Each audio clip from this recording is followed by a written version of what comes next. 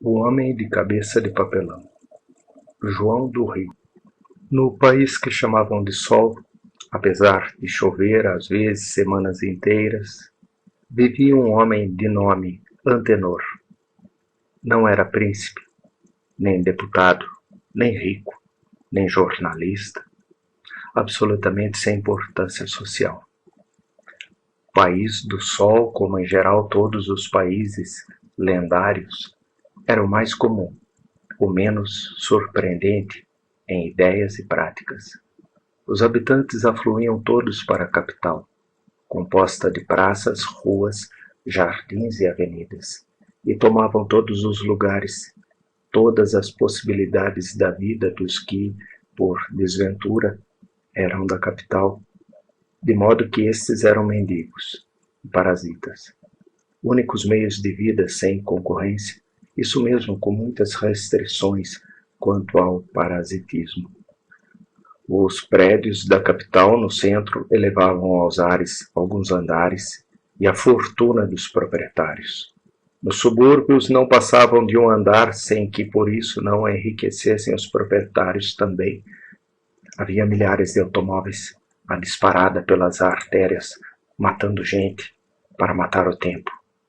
Cabarés fatigados, jornais, tramways, partidos nacionalistas, ausência de conservadores, a bolsa, o governo, a moda e um aborrecimento integral.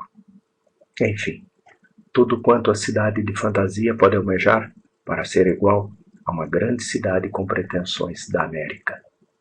E o povo que a habitava julgava-se, além de inteligente, possuidor de um imenso bom senso. Bom senso. Se não fosse a capital do país do sol, a cidade seria a capital do bom senso. Precisamente por isso, Antenor, apesar de não ter importância alguma, era exceção mal vista. Esse rapaz, filho de boa família, tão boa que até tinha sentimentos, agira sempre em desacordo com a norma dos seus concidadãos. Desde menino, a sua respeitável progenitora descobriu-lhe um defeito horrível. Antenor só dizia a verdade. Não a sua verdade, a verdade útil, mas a verdade verdadeira. Alarmada, a digna senhora pensou em tomar providências. Foi-lhe impossível. Antenor era diverso no modo de comer, na maneira de vestir, no jeito de andar, na expressão com que se dirigia aos outros. Enquanto usara calções, os amigos da família consideravam-no um enfant terrible, porque no país do sol todos falavam francês com convicção, mesmo falando mal. Rapaz, entretanto, Antenor tornou-se alarmante. Entre outras coisas, Antenor pensava livremente, por conta própria.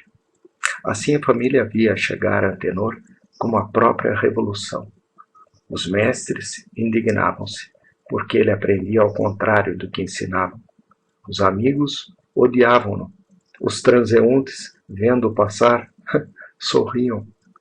Uma só coisa descobriu a mãe de Antenor para não ser forçada a mandá-lo embora. Antenor nada do que fazia por mal. Ao contrário, era escandalosamente, incompreensivelmente bom. Aliás, só para ela, para os olhos maternos, porque quando Antenor resolveu arranjar trabalho para os mendigos e corria a bengala os parasitas na rua, ficou provado que Antenor era apenas doido furioso. Não só para as vítimas da sua bondade, como para a esclarecida inteligência dos delegados de polícia, a quem teve de explicar a sua caridade. Com o fim de convencer Antenor de que devia seguir os trâmites legais de um jovem solar, isto é, ser bacharel e depois empregado público nacionalista, deixando a atividade da canalha estrangeira o resto, os interesses congregados da família em nome dos princípios organizaram vários mítins, como aqueles que se fazem na inexistente democracia americana, para provar que a chave abre portas e a faca serve para cortar o que é nosso, para nós, e o que é dos outros também, para nós. Antenor, diante da evidência negou-se. Ouça, bradava o tio, bacharel é o princípio de tudo. Não estude, pouco importa, mas seja bacharel. Bacharel você tem tudo nas mãos. Ao lado de um político-chefe, sabendo lisonjear, é a ascensão, deputado, ministro. Mas não quero ser nada disso. Então quer ser vagabundo? Quero trabalhar. Vem dar na mesma coisa. Vagabundo é um sujeito a quem faltam 3 coisas: dinheiro, prestígio e posição. Desde que você não as tem, mesmo trabalhando, é vagabundo. Eu não acho. É pior. É um tipo sem bom senso. É bolchevique. Depois de trabalhar para os outros, é uma ilusão. Você está inteiramente doido. Antenor foi trabalhar, entretanto. Teve uma grande dificuldade para trabalhar. Pode-se dizer que a originalidade da sua vida era trabalhar para trabalhar. Ascendendo ao pedido da respeitável senhora que era mãe de Antenor, Antenor passeou a sua má cabeça por várias casas de comércio, várias empresas industriais. Ao cabo de 1 ano, 2 meses, estava na rua, porque mandava embora Antenor. Ele não tinha exigências, era honesto como a água, trabalhador, sincero, verdadeiro, cheio de ideias, até alegre, qualidade raríssima no país ao sol. A cerveja e a inveja faziam batalhões de bilhosos tristes. Mas companheiros e patrões prevenidos, se a princípio declinavam hostilidades, dentro em pouco não o aturavam. Quando um companheiro não aturava o outro, intriga-o. Quando um patrão não atura o empregado, despede-o. É a norma do país do sol. Com Antenor, depois de despedido, companheiros e patrões ainda por cima tomavam-lhe birra. Por quê? É tão difícil saber a verdadeira razão por que um homem não suporta outro homem. Um dos seus ex-companheiros explicou certa vez. É doido. Tem a mania de fazer mais que os outros. Estraga a norma do serviço e acaba não sendo tolerado. Mau companheiro. E depois, com Ares, o patrão do último estabelecimento de que saíra o rapaz, respondeu à mãe de Antenor. A perigosa mania do seu filho é pôr em prática ideias que julga próprias. Prejudicou-lhe, senhor Praxedes? Não, mas podia prejudicar. Sempre altera o bom senso. Depois, mesmo que seu filho fosse águia, quem manda na minha casa sou eu. No País do Sol, o comércio é uma maçonaria. Antenor, com fama de perigoso, insuportável, desobediente, não pôde em breve obter emprego algum. Os patrões que mais tinham lucrado com as suas ideias eram os que mais falavam. Os companheiros que mais o haviam aproveitado tinham-lhe raiva. E se Antenor sentia a triste experiência do erro econômico no trabalho sem a norma, a praxe no convívio social compreendia o desastre da verdade. Não o toleravam. Era-lhe impossível ter amigos por muito tempo, porque esses só o eram enquanto não o tinham explorado. Antenor ria. Antenor tinha saúde. Todas aquelas desditas eram para ele brincadeira. Estava convencido de estar com a razão, de vencer, mas a razão sua, sem interesse, chocava-se a razão dos outros, ou com interesses, ou presa à sugestão dos alheios. Ele via os erros, as hipocrisias, as vaidades e dizia o que via. Ele ia fazer o bem, mas mostrava o que ia fazer. Como tolerar tal miserável? Antenor tentou tudo, juvenilmente, na cidade. A digníssima, sua progenitora, desculpava-o ainda. É doido, mas bom. Os parentes, porém, não cumprimentavam mais.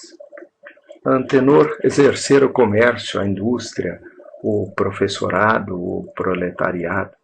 Ensinara geografia no colégio, de onde foi expulso pelo diretor. Estivera numa fábrica de tecidos, forçado a retirar-se pelos operários, pelos patrões. oscilara entre revisor de jornal e condutor de bonde. Em todas as profissões vira os círculos estreitos das classes, a defesa hostil dos outros homens, o ódio com que o repeliam, porque ele pensava, sentia, dizia outra coisa diversa. Mas Deus, eu sou honesto, bom, inteligente, incapaz de fazer mal. É da tua má cabeça, meu filho. Qual? A tua cabeça não regula. Quem sabe? Antenor começava a pensar na sua má cabeça, quando seu coração apaixonou-se. Era uma rapariga chamada Maria Antônia, filha da nova lavadeira de sua mãe. Antenor achava perfeitamente justo casar com a Maria Antônia. Todos viram nisso mais uma prova do desarranjo cerebral de Antenor. Apenas com pasmo geral, a resposta de Maria Antônia foi condicional. Só caso o senhor tomar juízo. Mas que chama você de juízo? Ser como os mais. Então você gosta de mim. Por isso é que só caso depois. Como tomar juízo? Como regular a cabeça? O amor leva aos maiores desatinos. Antenor pensava em arranjar a má cabeça. Estava convencido. Nessas disposições, Antenor caminhava por uma rua no centro da cidade, quando seus olhos descobriram a tabuleta de uma relojoaria e outros maquinismos delicados de precisão. Achou graça e entrou. Um cavalheiro grave veio servi-lo. Traz algum relógio? Trago a minha cabeça. Ah, desarranjada? Dizem-no, pelo menos. Em todo caso, há tempo, desde que nasci. Talvez imprevisão na montagem das peças. Não lhe posso dizer nada sem observação de 30 dias e a desmontagem geral. As cabeças, como os relógios, para regularem bem. Tenor atalhou. E o senhor fica com a minha cabeça? Se a deixar, pois aqui tem. Conserte. O diabo é que eu não posso andar sem cabeça. Claro, mas, enquanto a arranjo, impresso-lhe uma de papelão. Regula? É de papelão. Explicou o honesto negociante. Antenor recebeu o número de sua cabeça, enfiou a de papelão e saiu para a rua. 2 meses depois, Antenor tinha uma porção de amigos. Jogava pôquer com o ministro da Agricultura. Ganhava uma pequena fortuna vendendo feijão bichado para os exércitos aliados. A respeitável mãe de Antenor via-o mentir, fazer mal, trapacear, ostentar tudo o que não era. Os parentes, porém, estimavam. Os companheiros tinham garbo em recordar o tempo em que Antenor era maluco. Antenor não pensava. Antenor agia como os outros. Queria ganhar, explorava, adulava, falsificava. Maria Antônia tremia de contentamento vendo Antenor com juízo, mas Antenor, logicamente, desprezou-a, propondo um concubinato que o não desmoralizasse a ele. Outras Marias ricas de posição eram de opinião da primeira Maria. Ele só tinha de escolher. No centro operário a sua fama crescia. Querido dos patrões burgueses, dos operários irmãos dos espartaquistas da Alemanha, foi eleito deputado por todos, especialmente pelo presidente da República, a quem atacou logo, pois era para a futura eleição, o presidente seria outro. A sua ascensão só podia ser comparada à dos balões. Antenor esquecia o passado, amava a sua terra, era o modelo da felicidade, regulava admiravelmente. Passaram-se assim anos. Todos os chefes políticos do País do Sol estavam na dificuldade de concordar no nome do novo senador, que fosse o expoente da norma, do bom senso. O nome de Antenor era cotado. Então Antenor passeava de automóvel pelas ruas centrais para tomar pulso à opinião, quando seus olhos deram na tabuleta do relojoeiro e lhe veio a memória. Bolas! E eu que esqueci. A minha cabeça está ali há tempo. Que acharia o relojoeiro? É capaz de tê-la vendido para o interior. Não posso ficar toda a vida com uma cabeça de papelão. Saltou, entrou na casa do negociante, era o mesmo que o servia. Há tempos deixei aqui uma cabeça. Não precisa dizer mais, espero ansioso e admirado da sua ausência, desde que ia desmontar a sua cabeça. Ah, fez Antenor. Tem se dado bem com a de papelão? Ah, sim. As cabeças de papelão não são más de todo. Fabricações por séries. Vende-se muito. Mas é a minha cabeça. Vou buscá-la. Foi ao interior e trouxe o embrulho com respeitoso cuidado. Consertou-a? Não. Então, desarranjo grande? O homem recuou. Senhor, na minha longa vida profissional, jamais encontrei um aparelho igual. Como perfeição, como acabamento, como precisão. Nenhuma cabeça regulará no mundo melhor do que a sua. É a placa sensível do tempo, das ideias, é o equilíbrio de todas as vibrações. O senhor não tem uma cabeça qualquer, tem uma cabeça de exposição, uma cabeça de gênio. Aos concursos. Antenor ia entregar a cabeça de papelão, mas conteve-se. Faça o obséquio de embrulhá-la. Não a coloca? Não. Vossa Excelência faz bem. Quem possui uma cabeça assim não a usa todos os dias. Fatalmente, dá na vista. Mas Antenor era prudente, respeitador da harmonia social. Diga-me cá, mesmo parada em casa, sem corda, numa redoma talvez, prejudique. Qual, Vossa Excelência? Terá a primeira cabeça. Antenor ficou seco. Pode ser que Vossa Excelência profissionalmente tenha razão, mas para mim a verdade é que a dos outros que sempre a julgaram desarranjada e não regulando bem. Cabeças e relógios querem-se conforme o clima e a moral de cada terra. Fique Vossa Excelência com ela. Eu continuo com a de papelão. E em vez de viver no país do sol, um rapaz chamado Antenor, que não conseguia ser nada tendo a cabeça mais admirável, um dos elementos mais ilustres do país do sol, foi Antenor, que conseguiu tudo com uma cabeça de papelão.